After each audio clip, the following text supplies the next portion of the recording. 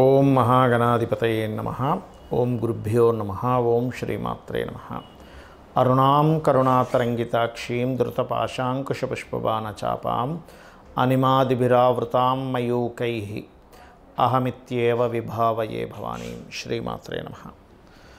మనం ఈరోజు ఏ లగ్నం వారికి, లగ్నం తెలియని వారి రాశి వారికి గృహపరంగా ఎటువంటి దోషాలు వాళ్ళకి ఉంటాయి, ఒకవేళ ఉంటే దాన్ని ఎలా రెక్టిఫై చేసుకోవాలి. ఒక్కొక్క లగ్నానికి చతుర్థాధిపతి మారుతూ ఉంటాడు. ఆ రకంగా వాళ్ళు ప్రత్యేకంగా దేని మీద శ్రద్ధ పెట్టాలి. ఎందుకంటే మనకి లగ్నం మన జన్మజాతకం ఎంత ప్రభావం చూపిస్తుందో మన వాస్తు కూడా అంతే ప్రభావం చూపిస్తుంది. కాబట్టి దాని విషయాల్లో తెలుసుకోవాలి. ఈ యొక్క విషయాలు చెప్తుంది నేనైనప్పటికీ కూడా చెప్పిస్తుంది సాక్షాత్ లలిత అమ్మవారిగా భావిస్తూ ఒక్కొక్క దాని గురించి మనం తెలుసుకుందాం. కుంభలగ్నము, కుంభరాశి. కుంభానికి అధిపతి శుక్రుడు. సహజంగా కుంభలగ్నం వాళ్ళు ఎప్పుడూ హ్యాపీగా ఉండాలి, ఆనందంగా ఉండాలి, ఏది బయట పెట్టుకోకూడదు, సీక్రెట్గా ఉండాలనే లక్షణాలు ఉంటాయి. ఆ గొప్ప లక్షణాలు అవి. అయితే ఇక్కడ మీ యొక్క చతుర్థాధిపతి గృహకారకుడు ఎవరు ప్రధానంగా తీసుకుంటే శుక్రుడు అవుతాడండి. గృహయోగాన్ని ఇచ్చేది ఆయనే శుక్రుడు. కాకపోతే బాధకుడు అంటారు ఈ కుంభలగ్నాలకి. అయితే స్థిర లగ్నాలకి, చరాస్థిరాది స్వభావ లగ్నాలకు ఒక్కొక్కరు బాధకుడు అవుతాడు. ఈ శుక్రుడు కనుక పాడైతే వీళ్ళు వాహనాలు తీసుకోవడము, గృహం వాస్తుదోషం ఉన్న గృహం కొనుక్కోవడం, స్థలం కాదు గృహం కొనుక్కోవడం వల్ల ఎక్కువ ఇబ్బంది పడతారు. మరి మీకు మీ యొక్క 4వ స్థానం అంటే వృషభ రాశి అవుతుంది. మీకు కుంభం నుంచి శుక్రుడు కనుక పాడైతే అక్కడ కలిగేటువంటి ఫలితాలు ఏమిటి అంటే ఇంట్లో ముఖ్యంగా ఆగ్నేయ దోషం ఉంటుంది. రెండవది కొంతవరకు పడమర కూడా ఎఫెక్ట్ అవుద్ది వృషభం మన కుంభం వారికి. ఎందుకంటే లగ్నాధిపతి శని అయ్యాడు, శుక్రుడు అయ్యాడు. సో ఇటువంటి దోషాలు ఉంటాయి. ఎలా అవుతుందండి అంటే శుక్రుడు కేతువుతో ఉంటే చిన్న కిచెన్ ఉండడం, కిచెన్లోకి ఎప్పుడు ఏదో ఒక రెప్టైల్స్, పురుగులు ఇవన్నీ ఎక్కువగా ఉండడం, లేకపోతే పాములు, పురుగులు, తొండలు ఇలాంటివన్నీ కూడా, జర్రులు ఇలాంటివి ఎక్కువ ఉండడం. లేదా నేను ఒక ఇంటికి చూసినప్పుడు ఏంటంటే తెలియక వాళ్ళు డ్రైనేజ్ సిస్టమ్ని ఆగ్నేయంలో పెట్టుకున్నారు. డ్రైనేజ్ వెళ్ళే ఇదంతా కూడా అది చాలా పెద్ద దోషం అది.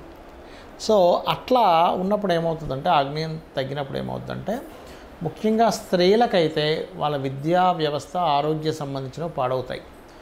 తండ్రి నుంచి వచ్చేటువంటి కొంత సహకారం కూడా లోపిస్తుంది వాళ్ళకి. అంటే తండ్రి ఉంటే ఎటువంటి సహకారం ఉంటుందో వాళ్ళకి తగ్గుతూ ఉంటుంది ఆగ్నేయం పాడైతే కూడా. అది ముఖ్యంగా కుంభలగ్నం వాళ్ళకి అందరికీ కాదు. న్యాచురల్గా ఏంటంటే మీకు అక్కడ కనుక ఎక్కువ గొయ్యలున్నా, డ్రైనేజ్ రిలేటెడ్ సంబంధించిన అక్కడ ఏదైనా పెట్టుకున్నా కొంత దోషం అనేది ఉంటుంది. అయితే కొంతమంది డ్రైనేజ్ సంపులు అక్కడ పెట్టొచ్చు అంటారు, కొంతమంది పెడుతుంటారు. కాకపోతే దానికంటే ముఖ్యంగా బాత్రూమ్స్ ఉండకూడదు ఆగ్నేయంలో. శుక్రస్థానం అది, అగ్నిస్థానం అది. అగ్నిస్థానం దగ్గర మనం మలమూత్ర విసర్జనలు ఎలా చేస్తాం, చేయం కదా. కాబట్టి ఈ విషయంలో జాగ్రత్త పడాలి. మరొక విషయం ఏంటంటే ఇక్కడ ఉన్నప్పుడు ఏమవుతుంది, నేను ఒక ఇల్లు చూసినప్పుడు మెట్లు కిందని బాత్రూమ్ పెట్టారు. అక్కడ మెట్ల కింద బాత్రూమ్ ఉంటే డబుల్ కేతు ప్రభావం ఉంటుంది. అంటే బాత్రూమ్ ఒక కేతు అనుకుంటే, మెట్లు ఒక కేతు అనుకుంటే, శుక్రస్థానంలో 2 కేతువులు ఉండేటువంటి ఫలితం. దానివల్ల ఏమిటి, ఒక ఇంట్లో నేను చూసినప్పుడు ఆ అమ్మాయికి వివాహమైన కొద్దిగా 3-4 నెలల్లోనే విడాకులు, మళ్ళీ ఇంకో వివాహం చేస్తే మళ్ళీ అది కూడా ఇబ్బంది పడడం జరిగింది. నేను అప్పుడు అయ్యా మీరు సహజంగా ఆగ్నేయంలో మెట్లు ఉండడం మంచిదే, కానీ ఈ బాత్రూమ్ ఉండి మెట్లు ఉండడం డేంజరు. కాబట్టి ముండది తీసేసేయండి. అయితే సర్వసాధారణంగా ఇలా జరిగినప్పుడు వాళ్ళ జన్మజాతకాలలో కూడా 7వ స్థానము, 12వ స్థానము, శుక్రుడు, కుజుడు కూడా పాడవుతాడు. ఆ అమ్మాయి జాతకం తీసుకొని చూడడం జరిగింది. అది కూడా దోషం ఉందనుకోండి, నేను లేదని చెప్పట్లేదు. కాకపోతే ఇది ఏమవుతుందంటే ఇలా ఉన్నప్పుడు వీళ్ళకున్న జన్మజాతక దోషానికి అది యాడ్ ఆన్ అవుతుంది. మీ దగ్గర ఒక మంచి క్వాలిటీ ఉంది, అంటే ఒక అద్భుతమైనటువంటి ఒక టాలెంట్ ఉంది. ఆ టాలెంట్ సరైన ప్లాట్ఫామ్ కనెక్ట్ అయితే అద్భుతం. అంటే ఒక వజ్రాల వ్యాపారికి దొరికితే అది కొన్ని కోట్లకి దాన్ని అమ్మగలుగుతాడు, కొన్ని లక్షలకో కోట్లకో. అది అసలు వజ్రం యొక్క వాల్యూ తెలియని వ్యక్తి దగ్గర ఆ వజ్రం వెళ్తే పరిస్థితి ఏమిటి. అలాగే మీకున్నటువంటి టాలెంట్స్ ఏవైతే ఉంటాయో ధనం సంపాదించడానికి ఆగ్నేయ దోషాలు ఆపుతూ ఉంటాయి, రానివ్వవు. ఇది గుర్తుపెట్టుకోండి. మొట్టమొదటిగా వాస్తు చూసేటప్పుడు రఫ్గా చూడకూడదు. ఏదో ఇంట్లోకి ఎంటర్ అయ్యాము, ఎలా ఉంది, ఆగ్నేయంలో కిచెన్ ఉంది కదా, వాయువు ఇలా ఉంది, మాస్టర్ బెడ్రూమ్ నైరుతిలో ఉంది, ఈశాన్యంలో డోర్ పెట్టేసాం అనేటువంటిది అసలు పనికి రాదు, గుర్తుపెట్టుకోండి. పాయింట్ నెంబర్ 1, మీరు ఎప్పుడు వాస్తుపరమైనటువంటిది చూసుకున్నా మీ పేరులో ఉండే మొదటి అక్షరాన్ని బట్టి వర్గు నిర్ధారణ చేసుకొని ఆ డైరెక్షన్ తీసుకోవాలి. అంతేగాని తూర్పు ఉత్తరం చాలా మంచివి, దక్షిణం ఆగ్నేయం మంచిది కాదనే, దక్షిణము పడమర మంచిది కాదనేటువంటి ధోరణిలో ఉండకూడదు. శాస్త్రంలో ఎక్కడా చెప్పలేదు అలాగా. ఇక పాయింట్ నెంబర్ 2, ఎప్పుడైనా వాస్తు రఫ్గా చూడడం కాకుండా ఈ రకంగా ప్లానింగ్ తీసుకోవాలి, గుర్తుపెట్టుకోండి. ఇలా ప్లానింగ్ చేసి శక్తి చక్రము అంటారు దీన్ని. ఈ రకంగా శక్తి చక్రాన్ని అప్లై చేసి ఇలా పెట్టి అది ఎన్ని డిగ్రీస్ తిరిగింది. మొట్టమొదటిగా ఏంటంటే ఏదైనా ఒక వాస్తు గృహం మనం చూసేటప్పుడు 2 రకాలుగా చెక్ చేసుకోవాలి. ఒకటి ఇంటర్నెట్లో అక్కడ లొకేషన్ తీసుకొని ఎన్ని డిగ్రీస్ టిల్ట్ అయింది, లేదా మాన్యువల్గా కూడా మనం మంచి కంపాస్ తీసుకోవాలి. ఏదో చిన్న చిన్న కంపాస్ల వల్ల సరిగ్గా రాదు. మిలిటరీ కంపాస్ దొరుకుతుంది. ఆ మిలిటరీ కంపాస్తో నార్త్ వైపు చూస్తే అది కొంతమందికి 0 నుంచి 20-30 లోపల కూడా కొన్నిసార్లు టిల్ట్ ఉంటుంది, లేకపోతే ఇటు సైడ్ టిల్ట్ ఉంటుంది, దక్షిణం వైపు టిల్ట్ ఉంటుంది. అంటే 340, 350, 355 అలా ఉంటుంది కొంతమంది. ఎగ్జాక్ట్లీ అంతే ఉండాలని చెప్తున్నా, ఉదాహరణ చెప్తున్నా. టిల్ట్ చూసి ఈ రకంగా ప్లానింగ్ వేసుకొని నీట్గా ఈ రకంగా రెక్టాంగిల్ ఉంటే రెక్టాంగిల్, స్క్వేర్లో ఉంటే స్క్వేర్లో అది ఎలా ఉందో చూసుకొని ఇలా శక్తి చక్రాన్ని అప్లై చేయాలి. ఇందులో సకల దేవతలు, అసురులు, జోన్స్, ఒక్కొక్క జోన్కి ఎవరెవరు దేవతలు ఉన్నారు అనేటువంటిది ఉంటుంది. ఈ రకంగా చూసుకొని ఎన్ని డిగ్రీలు టిల్ట్ అయిందో దాన్ని బట్టి దీన్ని సరిగ్గా చెక్ చేసుకొని ఏ జోన్ వల్ల ఎటువంటి ఇబ్బందులు వస్తాయి అనేటువంటిది తెలుసుకోవాలి, గుర్తుపెట్టుకోండి. ఈశాన్యము అనుకుంటే అప్పుడు చిన్న ఆలోచన విధానం, సంతానం సంబంధించిన. East south east, east north east అంటే తూర్పు ఈశాన్యము, ఎంజాయ్ చేయలేకపోతుంటారు. తూర్పు కమ్యూనికేషన్స్ దెబ్బతింటే వాళ్ళకి రావాల్సిన ప్రమోషన్స్ రాకపోవడం, ఇట్లాంటి కొన్ని ఇబ్బందులు ఉంటాయి. ఇంట్లో వాళ్ళతో కూడా సరైన సఖ్యత లేకపోతే. తూర్పు ఆగ్నేయము డీప్ థింకింగ్ సరిగ్గా చేయలేకపోతుంటారు, సంతానం మీద ఎఫెక్ట్ వస్తూ ఉంటుంది. ఆగ్నేయము లేడీస్కి ఎక్కువ హెల్త్ ఇష్యూస్ రావడం, అంటే తగ్గిందా పెరిగిందా, ఏ జోన్ ఎంత ఉంది, అక్కడ ఏ దేవతా స్వరూపం పాడైందనేది చూడాలి.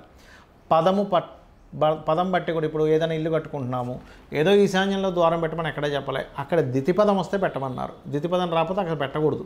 అలాగే ఎప్పుడు కూడా ఇంద్రాజయ తూర్పు అయితే, దక్షిణం అయితే 3-4 పదాల్లో ఎవరు పడ్డారు, పడమరైతే 3-4 పదాలు, ఉత్తరం అయితే 3-4 పదాలు, ఎక్కడొచ్చింది డిగ్రీస్ పర్ఫెక్ట్గా చూసి టిల్ట్ చేసుకొని ఆ పదాలు అక్కడ ఆ పదపరంగా పద విభజన చేసి మీరు అక్కడ ద్వారం పెట్టాలి. అలాగే ఇంట్లో కట్టుకునేటువంటి మనకి బాత్రూమ్స్ ఎక్కడెక్కడ ఉన్నాయి, పర్ఫెక్ట్గా ఉందా లేదా. ఎందుకంటే కొన్ని నేను చూసినప్పుడు జస్ట్ ఆ టాయిలెట్స్ కట్టినటువంటి ప్లేస్మెంట్ తప్పు వల్ల ఇబ్బంది వచ్చింది.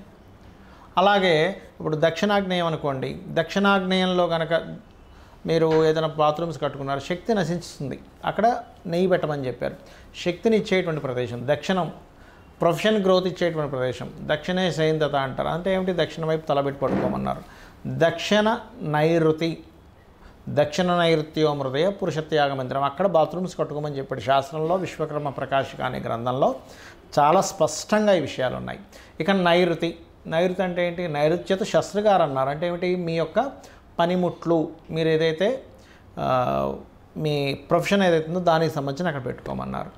పడమర నైరుతి, పడమర నైరుత్యో హృదయే విద్యాభ్యాస మందిరం, మీ పుస్తకాలు అక్కడ పెట్టుకోవాలి, మీ పిల్లల పుస్తకాలు, మీ పుస్తకాలు కానీ ఏమైనా.